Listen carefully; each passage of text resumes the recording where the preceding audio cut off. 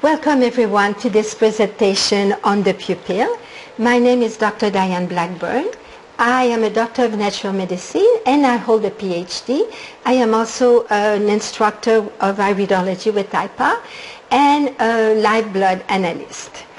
Today I would like to tell you about the pupil. This is a subject that very few iridologists approach, and for me it has a lot of meaning. So I will start by telling you my story.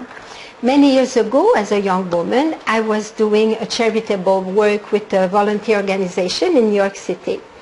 And on a very hot summer day, I was standing at a corner of a street distributing flyer, hoping that somebody will take it and read a bit about the work that I was doing. So let me tell you that it was quite an experience. In those days, I barely spoke English, if you can imagine. I'm a small person. I measure about 5'2", and I was 100 pounds soaking wet, and people could easily walk all over me and not even notice. So at one point, out of sheer desperation, I just let go of trying so hard. When I reached that stage, I suddenly entered a very special Zen space, a space of not doing anything. This space is really a magical space. It is an inner locale, out of time and space. So what happened at that moment is that when I was looking into the eyes of the people that I was approaching, something quite supernatural occurred. In a brief glance, I could see what I recognize now as the true divine nature of the soul shining like a sun through the eyes, and these people would eventually take the flyer. This was really the magical moment when I could see that inner light in the eyes of the person, and it didn't matter what color of eyes these people had. They would just, we would establish a connection and the people would take the flyer. So it was a very magical moment. A second of interaction with the people seemed like an eternity as I looked deep into the eyes of the person. Zen Buddhists call this state of mind Satori. And Satori means being in the moment, being immersed in the present, but still connected to the cosmos. So this whole experience, this incident lasts only a short time, a few seconds, a minute at the most. But it made a lasting impression on me, and I wanted to understand what it all meant.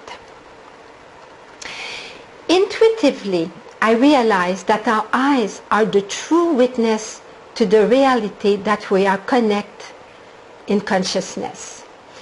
So the question was and still is, who are we that we can express our mystical divine dimension through our eyes? So in this presentation, I raise some questions and explore concepts into an aspect of the eye rarely talked about in iridology. I believe that it is our privilege to explore and stretch our mind to see the nature of the world in and around us. Because what we really want to know, because when we really want to know and reach the limit of our thinking, then we take a quantum leap into a deeper level of understanding. So my interest in finding out what lays behind the mysterious pupil and the power of the glance led me to become an iridologist. So it happened, I don't want to give out my age, but a long time ago. And this is why I start to peer into the eyes of people. And I remember the first time that I look in the eyes of a person, the color was amazing. The world that I could see that you don't see when you just, barely look into people's eyes. So the eyes is really a language without words. The mouth may lie, but the eyes virtually, invariably tell the truth about what is really going on inside. The eyes are positively the most genuinely expressive part of our entire body, aside from the tongue. But are even more reliable than the tongue to express our true emotions and our real feeling. I'm pretty sure that we can all attest, without being able to put our finger on it, that the eyes transmit secrets on the deepest state of being. It transmits feelings and soul energy, the soul energy of a person. The eyes have an almost extrasensorial sensory power of perception and can convey and receive messages silently and motionlessly like no other organ. This is from the movie Avatar. In the movie Avatar, when two of the people from Mavi meet, they say, "I see you."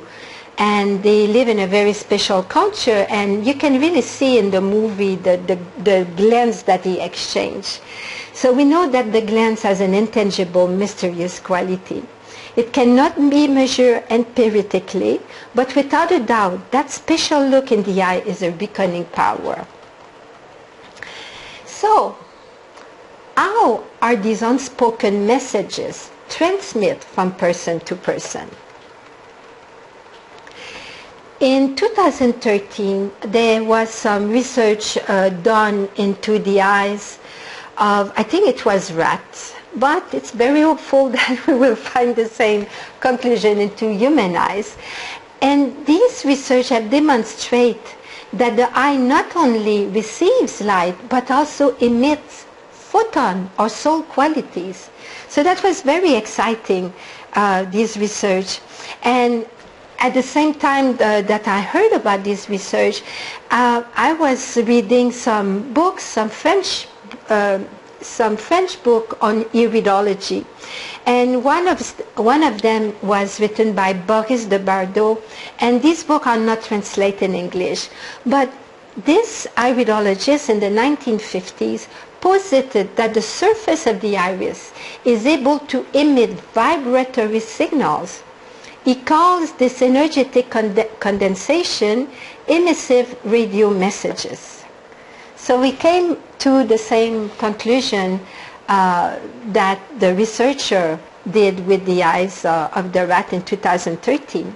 And he says that these vibratory emission are energetic phenomena coded by the vibration emanating from the physical, vital, and supramental bodies of the person.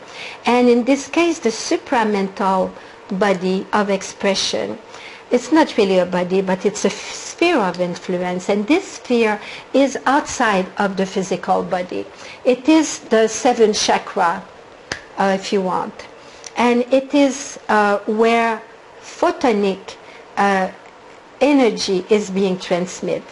He compares these energetic emissions to atmospheric vortex at the surface of the Earth's oceans. And he said these manifestations transmit energetic and biophonic information streaming from the depth of the being. So the iris emits lights, biophotons, via the autonomic nervous system and using the wavy fibers of the eye. And this is the emissive radio message of Boris de Bardot, providing a way for cells to transfer energy and communicate information. Subtle important messages are carried on vibratory waves, informing on every aspect of the person. This is a quote from Boris de Bardot again. So could the point of origin for this exchange be the pupil through the lens? We all know now about the aura readings, the Kirlian photography, how it is able to capture photonic emission from the body. And they did a lot of research, and they discovered that biophoton emission was found to be modulated by intention, energy healing, and bioenergetic mind-body practices. Biophotons might potentially be involved in quantum or quantum-like entanglement between humans and may play a role in energy healing, biocommunication, and altered mind-body states. So what is a photon? and a biophoton. A biophoton is a photon of light. It's the smallest unit of light in quantum measurement. And it is emitted from a biological system. So all living organisms also possess complex electromagnetic fields and an invisible body. Biophotons trigger all biochemical reactions in living cells. And biophoton light is stored in the cells of the organism, more precisely in the DNA molecule, in a shimmering web of light constantly releasing and absorbed by the DNA. So, again, to quote Boris Lebardo, he said, "The look tells a story without words between two or more beings. By the means of the look or the glance or the gaze, a biophotonic contact is created when one meets the other with a vibration, a flash of light transmitting the life of the soul, the intent, the emotion, the senses. Looks are exchanged, the eye gleams and speaks." Again, I wish it was translated in English, but it is not. So, Rupert Sheldrake, who is a biologist, has written many books on what he calls the morphogenic field that surrounds every living thing and is a field of organization. And he says that the mental and emotional communication can happen outside of the physical body. And he postulates that thoughts and emotion travel in waves all around us.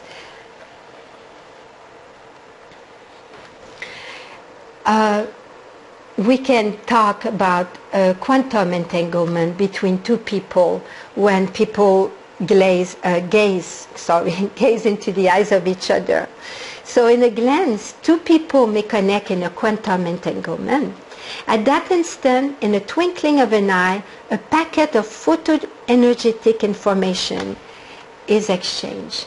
It is what is happening really in love at first sight.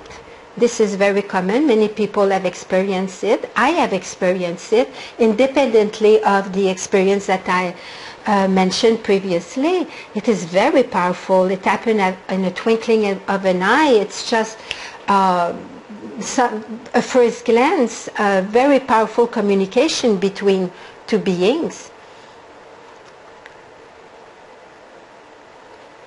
Could the degree and intensity of the penetrating glance be directly modulated by the quality of the soul content? So this is my question, and this is what I will continue exploring. And this is a beautiful picture of exactly what I was talking about, this soul energy that is exchanged when two people glance into each other's eyes. And a little drawing here, a real world quantum entanglement, and it says, though they stood on opposite sides of the room, their eyes touch. So this is a good picture of love at first sight. The pupil is the apple of mine eyes. This is from a book of the Bible, Zechariah, and it mentioned that whoever touches you touches the apple of mine eyes. So this is how important our eyes are in the mind of divinity. It is, and how important that we are like the apple of God's eye, very singular people, individual, and every one of us is, according to that verse, very special. The pupil appears as a black hole in the center of the eye. The enigmatic pupil is the center of the being, the I, capital letter I. It is the true self, the epicenter of everything that we are, independent from the personality. According to Wikipedia, the pupil is a hole located in the center of the iris of the eye that allows light to strike the retina. It appears black because light rays entering the pupil are either absorbed by the tissue inside the eye directly or absorbed after diffuse reflection within the eye that mostly miss existing the narrow pupil. There is another very special book written in French by French iridologist Gilbert Jossas. And Gilbert Jossas has intuited that the descent of the individual consciousness in matter occurs through the pupil. And he said, symbolically, we can imagine the descent of the pupil in matter through the pupillary cavity, taking possession of all the physical organs that surrounds it, imprinting in the iris the same order and plan that the soul knew in the cosmos. Very profound saying. Lately, in the last 20 years, John Andrew and Dr. Daniele Lorito have, because of the wonderful cameras and HD and the precision and the focus that we can have with the new camera, especially if we are able to mount it on a microscope, they have discovered a brand new world, the world of the inner pupillary border, or the IPB. And this inner pupillary border, I think that maybe eventually it will become a new zone in the iris. We do not all have the precise camera that are available at the moment, so it's difficult for many of us to analyze the inner pupillary border. But John Andrew and Daniele Lorito have written a lot about this. And this inner pupillary border, it's the only visible structure of the central nervous system. And it connects the retina, the hypothalamus, the pineal, and the pituitary gland. And this is very important for what will follow in my presentation. That connection between the hypothalamus, the pineal gland, and the pituitary gland. And this center we will see in the brain is connected to this inner pupillary border. So I think that the IPB is the edge of our world, and talk of our journey in utero from the spark of conception to birth. And even more than this, Dr. Lorito said, better yet, we can see that space creates the notochord in order to provide a physical frame to work with. So on this photo of an embryo at 49 days or 7 weeks, you can clearly see the notochord that starts from the pharynx all the way to the end of that tail, because at this stage we all have a little tail. And from this, the intestine, the digestive tract will be produced, will be developed, as well as nodes that will become every main organ of the body. From nothing, all came to be. The Taoist sage divided time and space using symbol. And I put here the picture of the Tai Chi wheel. And you see at the very center the yin and the yang symbol. And this yin and yang symbol, the one which shows the full bar, means yang. It is usually the white field with the black dot, and it represents time. And the black field with the white dot, yin, represents space. And this is the two broken lines. There is a very special motion to this yin and this yang representation. Nassim Aramein was wondering, how can I transpose the black dot of the yin and the yang symbol into the black field and the white dot into the white field? And he had the inspiration to represent that yin and yang symbol into a motion. And he discovered that according to the symbol, a toroidal motion, it is very easy to transpose the white dot into the white white field and the black dot into the black field. And we have a little movie here. I hope that the movie is going to come on when I do the editing. But if it cannot come, I will at least give you the link so you can have a look. And this is very important because we are used in our world to see all sacred geometry or symbol in 2 dimensions. But these, in the mind of the sage that view them, that intuit them, that represent them in symbol and in sacred geometry, they were not 2-dimensional, they were 3-dimensional, they were 4-dimensional, they occupy a space and time, they had movement. And this is something that we don't realize anymore. But it is very important to be able to view the world in constant motion, and we will even talk about the motion that we have in our eyes and coming from the pupil. So from the yin and the yang, 2 becomes 4. On the Tai Chi wheel, the original toroidal wave responsible for giving rise to a specific world or an individual, a singularity, is represented by 2 full bar, 2 broken bar, a full bar and a broken bar, and a broken bar on a full bar.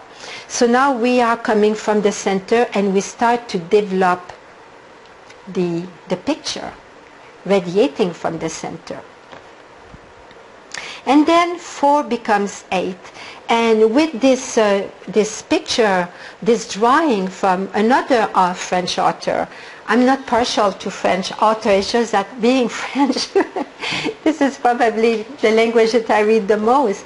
But this is from Marguerite de Soragny, and again it is not being translated. And you can see the motion in that picture. If you use your imagination a little bit, you can see that motion going on. And within the dimension of time and space, the gazer of the original toroidal torsion creates a second matrix.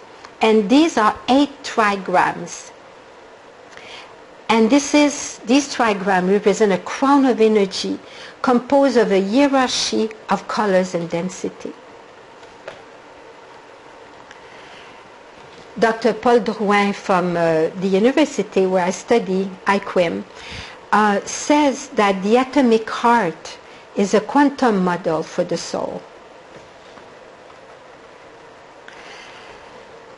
And we have here, and I again put the wheel of Tai Chi, and I also put the pupil, the stomach zone, the nutritive zone, and the zone of the enteric nervous system.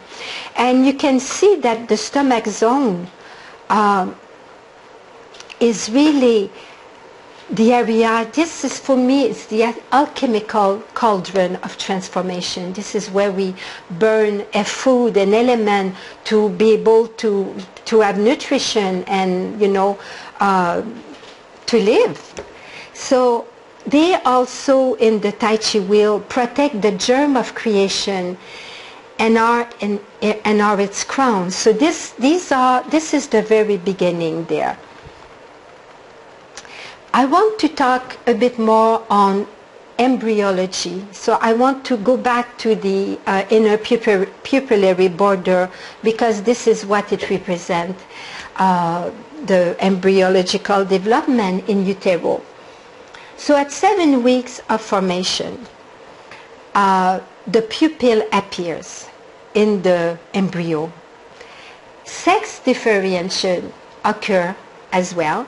At the beginning, all embryos are female, and at 7 weeks or 49 days, if it will be a boy, then another chromosome appears. The pineal gland also appears, and it becomes connected to the pupil. They become neurally connected. Also the sclera, the white of the eyes, start to be formed, and a rudimentary choroid plexus is formed. And the choroid plexus is very important. This is the area in the center of the brain that produces the cerebrospinal fluid. And we will come back a little bit later. So the soul, as we have seen with Gilbert Jossas, he postulates that the soul enters the human body at around day 49 of gestation. And from a conversation on a forum, I gleaned that using the pineal gland to switch on the connection between the soul and the body, the signal of which is the release of DMT into the gestating baby. And DMT is an hormone that the pineal gland first releases at 49 days of conception. The first hormone of DMT is released at the same time that the pupil appear, that it become connected to the pineal gland. It's a very special time. And DMT will be released again the last time when the soul departs the body through the cosmic black hole. DMT is also released many times during the life of an individual.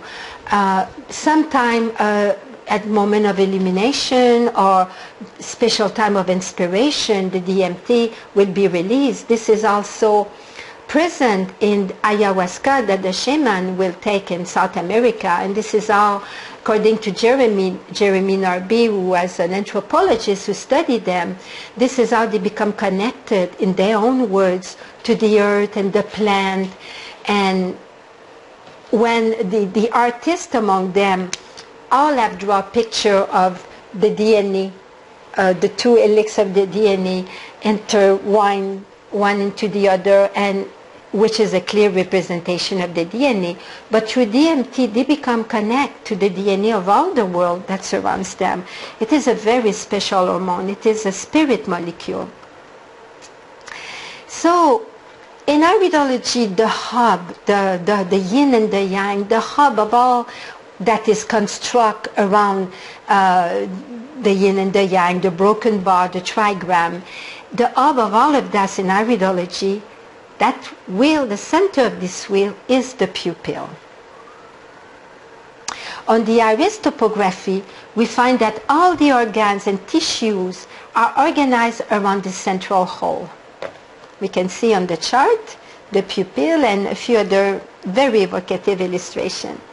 Again, I go back to the Taoist wheel of life of Marguerite de Surani, and she said, in the view of the Chinese sages, the wheel was always the perfect glyph to symbolize the vision of a universe where the earth and the sky are identical to each other.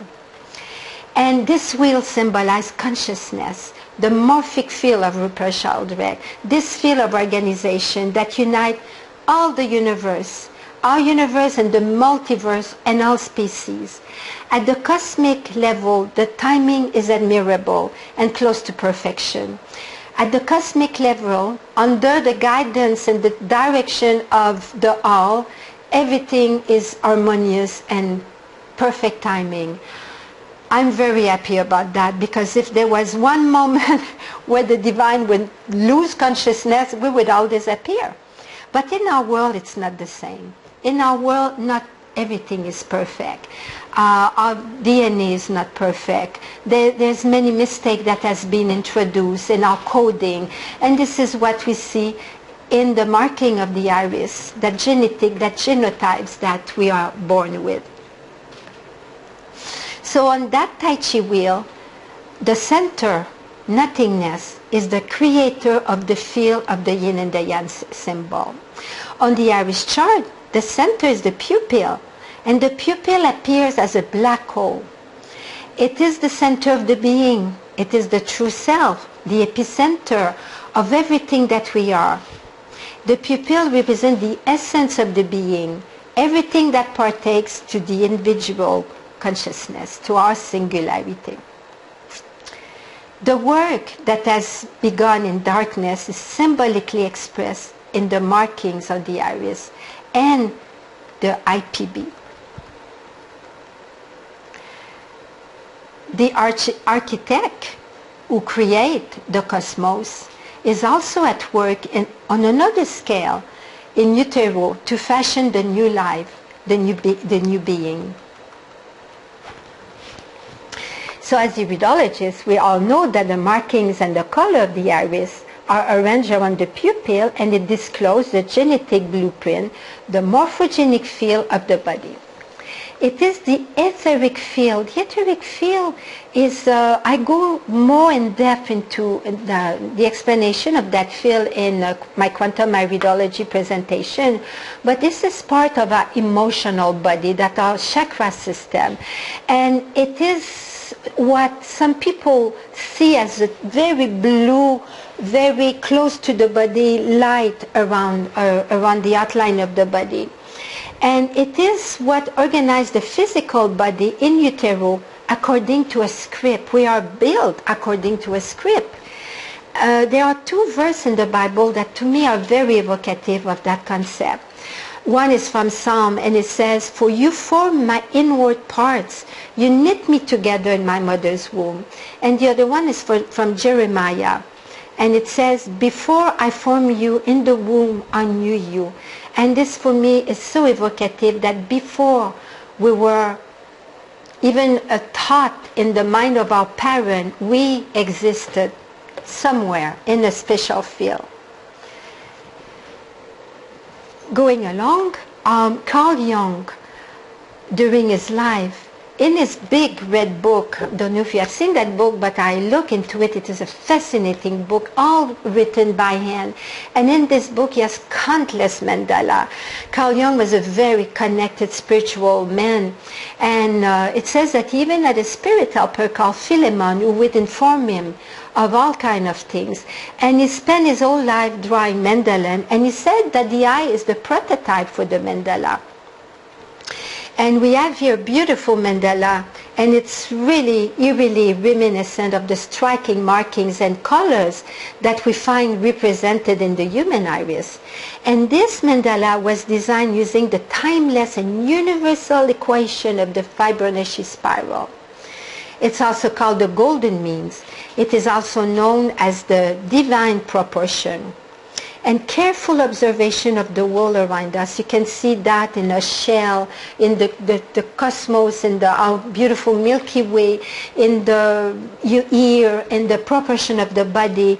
Careful observation of the world around us reveals in countless instances and in minute details the omniscience and the omnipresence of the divine finger at work, signing his handiwork. So, Carl Jung said that the mandala's basic motive of the premonition of a center of personality, a kind of central point within the psyche to which everything is related, by which everything is arranged, and which is itself a source of energy. So we clearly see the connection between that central point of our personality. How can we doubt that this central point is the source of energy, would represent the energy of our soul? It is that central sun, that central black hole is the beginning of everything that we have in our world and in our cosmos. And we will go a little bit deeper into that when we will study about our Milky Way. Recently, in 2016, I went to see Doctor Strange, the Marvel comic that has been put into a movie. It was the second time. The first time, I think it was in 1969. It was very goofy. But this one in 2016, the director of that movie has represents something that really struck my imagination when I saw it. In the movie, you see Benedict Cumberland with Doctor Strange. You see him using sacred geometry. And in the movie, that sacred geometry is giving a life, a motion, a dimension, colors. And Doctor Strange manipulates this sacred geometry and is able to create all the fantastic, miraculous marvel around his world, black hole, and make things appear and build building and disappear and come here and there, by manipulating that energy that is represented in sacred geometry. And all sacred geometry is formed from that Fibonacci spiral, from divine proportion. These are not only the platonic solid that we see in 3 dimensions, but in that movie, I think they go into the core of what we could accomplish if we were able to manipulate that energy. It's very special. I encourage everyone to go see the movie, if not only to see this representation of how the sacred geometries manipulate. Whoops.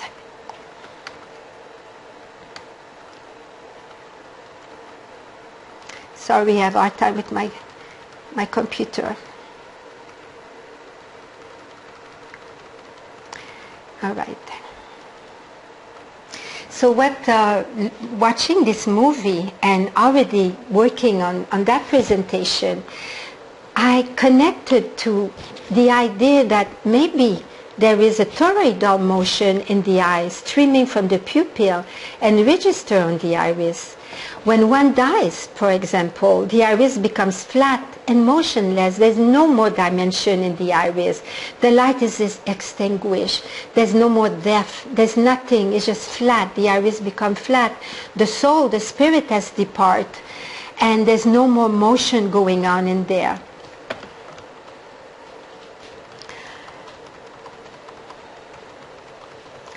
We're coming to another part of our presentation, and now we're going to explore the brain. The thalamic center is there also a black hole or a center of manifestation in the middle of our brain. So we will look at the thalamic center. So the optic thalamus, and the word thalamus means the light of the chamber, is the inner of third eye situate in the center of the head. It connects the pineal gland with the pituitary body. And the optic nerve starts from this single eye. We already saw that the pineal gland and the pupil are neurally connected. So the optic nerve starts from this single eye. And the pupil, the pineal gland, becomes neurally connected, as I said, at 49 days of gestation. It's also the interface with the reality around us. It's a sensory release center. It's a release center of the auditory, visual sensation. It has a very important role in emotion. Many emotional process centers are situated in this thalamic center, and it produces EEG waves. So this thalamus has two lobes. They're known as the thalamic bodies, and they look a little bit like smaller representation of the two hemispheres of the brain that we know, that we call the cerebrum.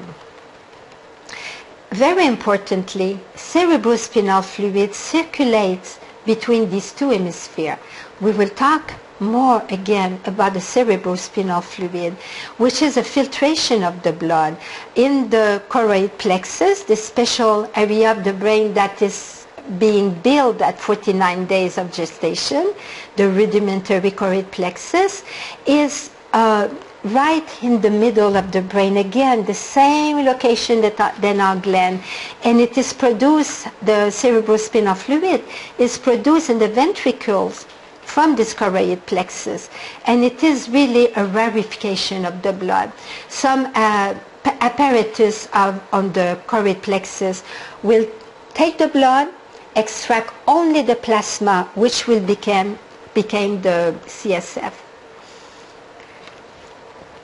The discovery of the CSF is attributed to Emanuel Swedenborg.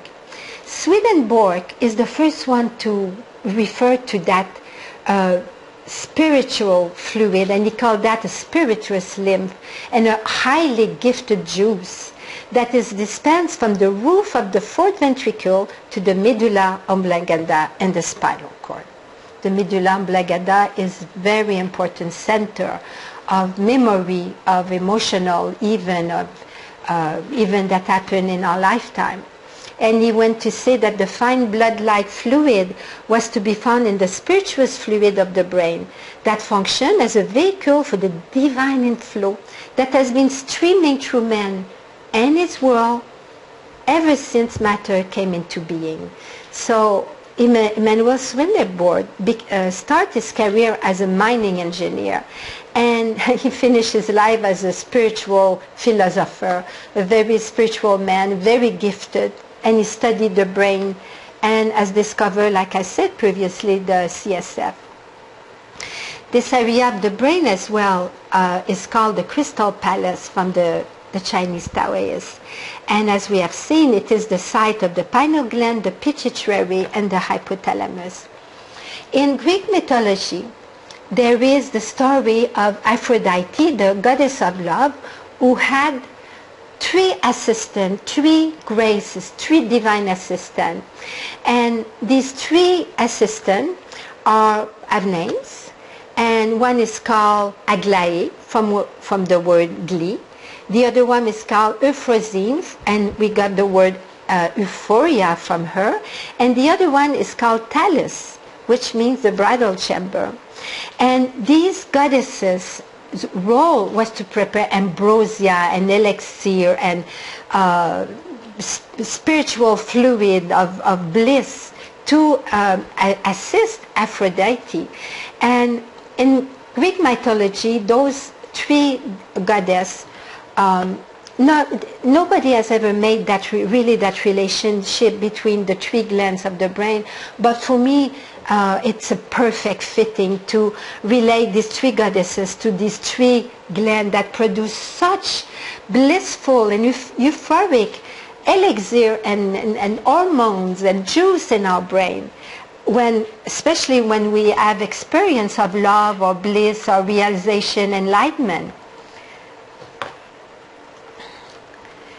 So when one part of the neocortex, which is the front of the brain, one spoke of this wheel, communicates with another, it does so via the thalamus, being the center of the whole sphere.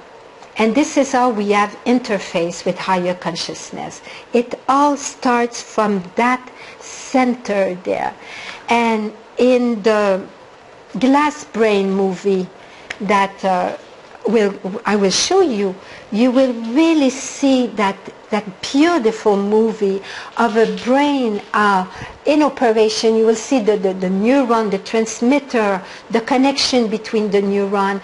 And it is very clear, if you observe carefully, that it all starts, all that light, all that spark emanating from the brain connection start right in the middle. You will see even the shape of the ventricule. And finally, at the end of the movie, you see that the brain becomes full of light and a beautiful explosion.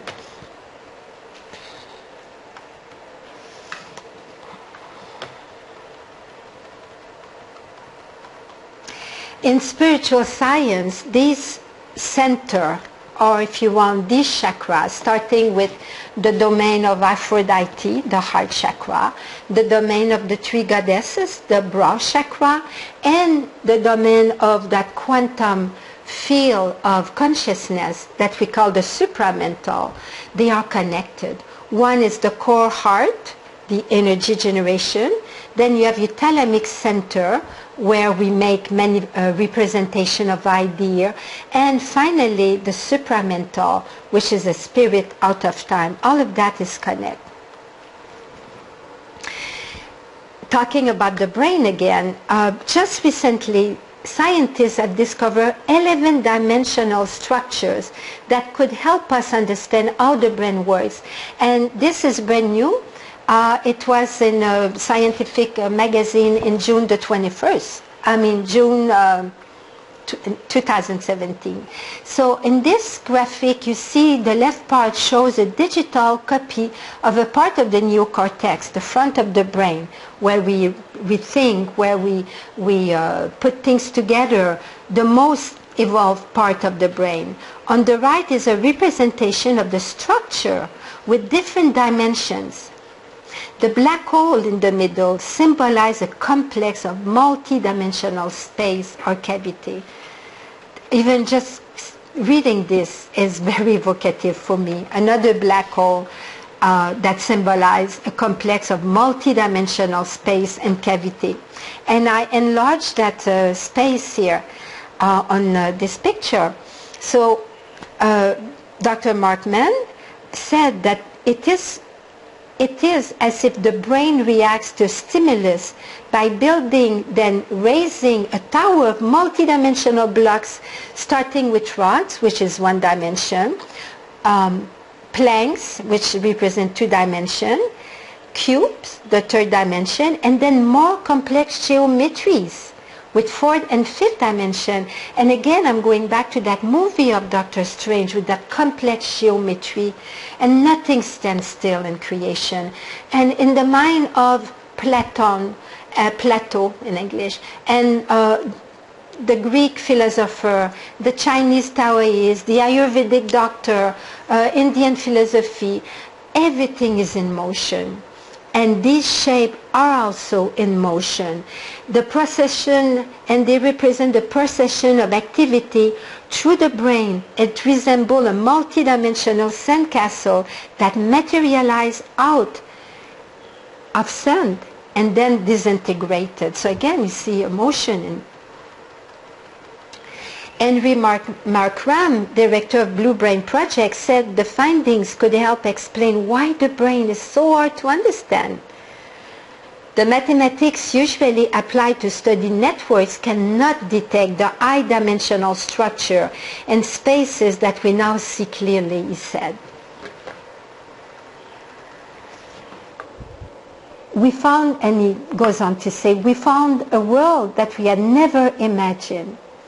There are tens of millions of these objects, even in a small speck of the brain, up to 7 dimensions in some networks. We even found structure up to 11 dimensions. If it is a possibility in our brain, and if we are starting to see it, the brain is not independent from us. What does it mean for human realization, for our evolution, for our consciousness, for our potential to create and materialize? It is absolutely incredible that technology is able to explore all these areas, all what was mysterious. Now we are able to decipher it. And when we go in that depth, we finally realize that everything is connected. As above, so below, which bring us to above the cosmos. We will look at black holes. And this is a wonderful representation of that black white hole that we have at the center of the brain, a thalamic center, and is also at the middle of our galaxy. The existence of black holes was thought to be only a theory from Einstein. Now we know that they control our universe. The black hole at the center of our galaxy is called Sagittarius A. It's just being explored at the moment. So you see here that arrow pointing to a little dot. We, as a solar system, is here. In that immense galaxy, we are just here. We do not see very much the Milky Way anymore because there's too much light pollution. Almost all over North America, it is estimated that 80% of the population cannot see the Milky Way anymore. So our area of the Milky Way is called Cygnus. It's in the Orion Cygnus arm, and it's a very small minor arm of the galaxy, and it is named for the Orion constellation, which is one of the most important prominent constellation of the northern atmosphere in winter, and for people who live down under, it will be the summer hemisphere for them. From the movie Interstellar, director Christopher Nolan, Dr. Thorne, astrophysicist, to help him design the perfect depiction of a black hole, to make sure that it adheres closely to the current mathematical model. And that line that you see right crossing the black hole, this is called an event horizon. This is when you reach that event horizon, you fall in the black hole. It's the point of no return. And in the movie, there's a very interesting movie. There's speculation to what happened when you cross the event horizon. But in reality, we don't really know. There's speculation that if you could have two black hole side by side, the force of this black hole of attraction could create a wormhole that could enable us to travel in interspace. So when a megastar in our galaxy suddenly dies, it is pulled in the black hole, and it emits the brightest light ever registered in the whole universe that we call a quasar. So it could be that black hole also emit light, because we can clearly see the quasar light.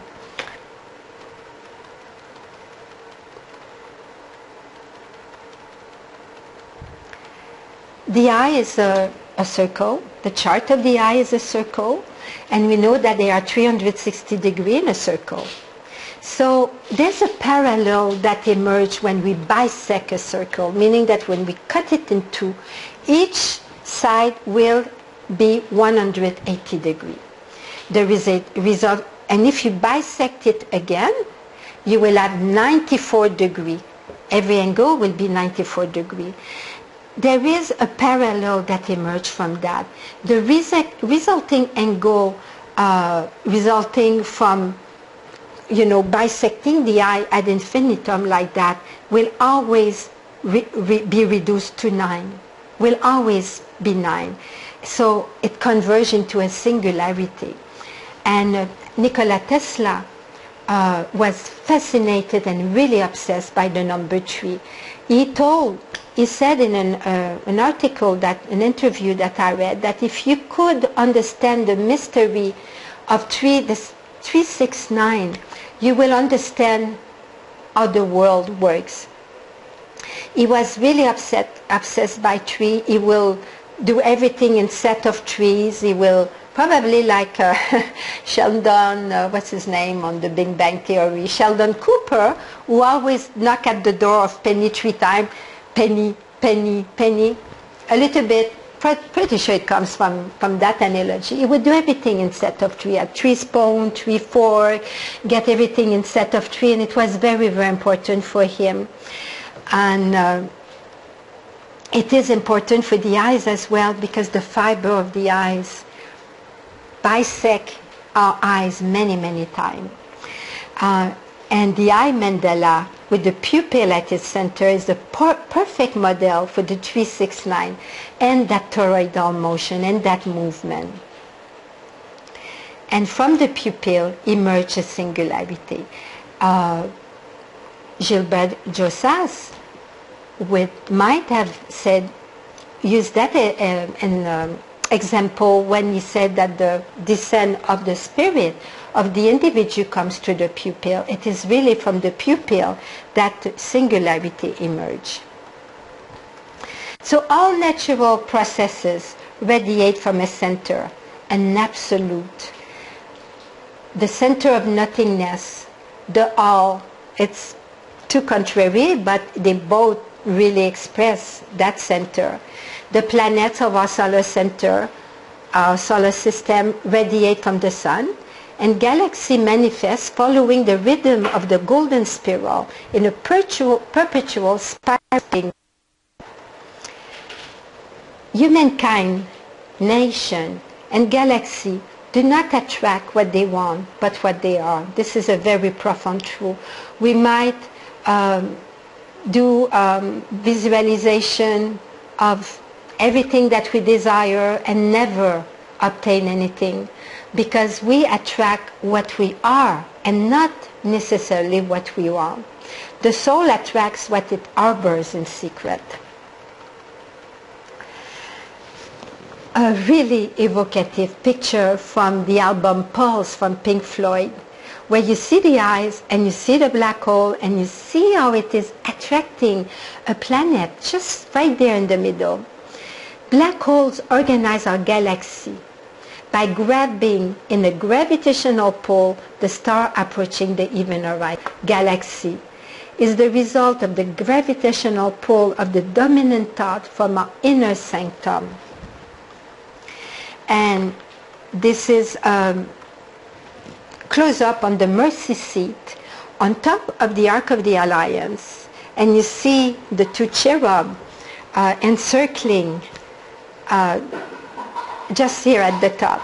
So the light of the body, the eye, reflects the quality of the soul, its inner light or its inner darkness. And I put the picture of the galaxy in there. Finally, from a master, from the words of Jesus, the light of the body is the eye. If therefore thine eye be single, your body shall be full of light. But if your eye be evil, thy whole body shall be full of darkness. If therefore the light that is in you be darkness, how great is that darkness? And to finish, Alice Bailey in the 1950s, in a book called Esoteric Healing, she said, as occult knowledge increases, a whole science of energy distribution will be built up around the eyes and the symbolic function, and the esoteric use will be understood. And she said in 1950s, the time has not yet arrived for this, though already the power of the human eye, when focused on a person, for instance, is known to attract attention. And in 1950s, the time was not come, because we are not the technology to explore the cosmos, to look at the inner pupillary border, to be able to discover so much about the world that we live in and our body, our eye in particular. But now we do have the technology, and we can start to see that knowledge. We are discovering that knowledge. And she goes on saying, one hint I can give you. The optic nerve is a symbol of the antakarana. The antakarana is the bridge between everything.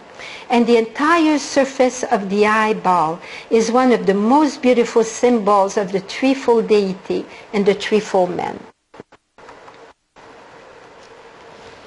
So, a beautiful picture of our beautiful eyes and our amazing galaxies that are constantly in expansion.